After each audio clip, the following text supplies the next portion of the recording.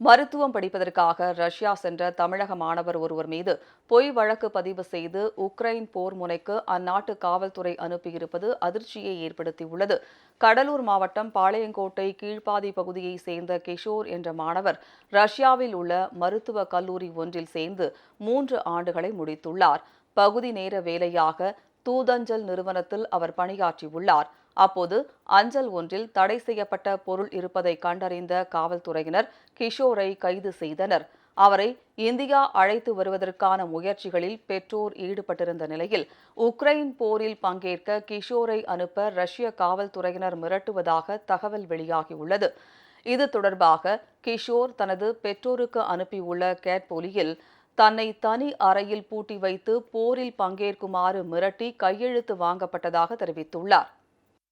அப்பா நான் இங்கே சைன் போட மாட்டேன்னு சொன்னேன்ப்பா வாருக்கு. அப்புறம் அவங்க ஒன்று இங்கே இருந்து கூப்பிட்டு போயிட்டு இப்போ நீ சைன் போட்டு தான் ஆகணும், இப்போ நீ சைன் போட்டு நாங்கள் இப்போ அடிக்க ஆரம்பிச்சிருவோம் அது இதுன்னு சொல்லி இது பண்ணுறாங்க, மிரட்டுறாங்க. ரூமில் வந்து மூடி வச்சிருவோன்னு சொல்லிட்டு மிரட்டுறாங்க. நீ இப்போ சைன் போட்டு தான் ஆகணுன்ற மாதிரி சொல்கிறானுங்க. எனக்கு என்ன பண்ணுறேன்னு தெரில. மேபி வாருக்கு அமுச்சு விட்ருவாங்கன்ற மாதிரி தான் தோணுது. மண்டே இல்லைன்னா சண்டே தெரில. இது எனக்கு ஃபோன் இனிமேல் தரமாட்டாங்கன்ற மாதிரி தான் தோணுது. யார்கிட்டையும் வந்து இது இப்போ வந்து அவன் கேன்சல் பண்ணுறான், அதுக்காக வந்து அவங்க கூட எல்லாருமே பேடாகவே பேசுங்க, அந்த மாதிரி பண்ணுங்க அப்படின்னு சொல்லி வச்சுருக்கான். என்ன பண்ணுறதுன்னு தெரிலப்பா எனக்கு. கிஷோரின் நிலை அறிந்து பெற்றோர்களும் உறவினர்களும் கதறி எழுதனர். உயிருக்கு பாதுகாப்பு இல்லாத ஆபத்தான சூழலில் உள்ள தனது மகனை மீட்டு தர நடுவண் மாநில அரசுகள் முன்வர வேண்டுமென அவர்கள் மன்றாடினர். முதல்வர் ஐயாவுக்கும் பிரதமர் மோடி ஐயாவுக்கும் நான் கோரிக்கை வைக்கிறேன் சார். என் பிள்ளை 2022ஆம் ஆண்டு ரஷ்யாவுக்கு படிக்க வச்சேன் சார்.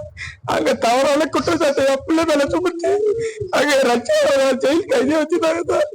இப்ப 4 நாள் திடீர்னு என் பிள்ளைய உக்ரைன் வாரி அழிச்சு விட்டுட்டாங்க சார். நான் இது சம்பளமா மோடி ஐயாவுக்கு முதல்வர் ஸ்டாலின் ஐயாவுக்கு எல்லாரையும் மனு கொடுத்தாங்க. யாரும் எம்எல்சி பேசாலும் என் பிள்ளைய காப்பாற்றி என் பிள்ளைகளை கொண்டுடுவாங்க. இந்நிலையில் உக்ரைன் போருக்கு கட்டாயமாக அனுப்பப்பட்ட மாணவரை மீட்க வேண்டுமென பாமக தலைவர் அன்புமணி ராமதாஸ் வலியுறுத்தியுள்ளார்.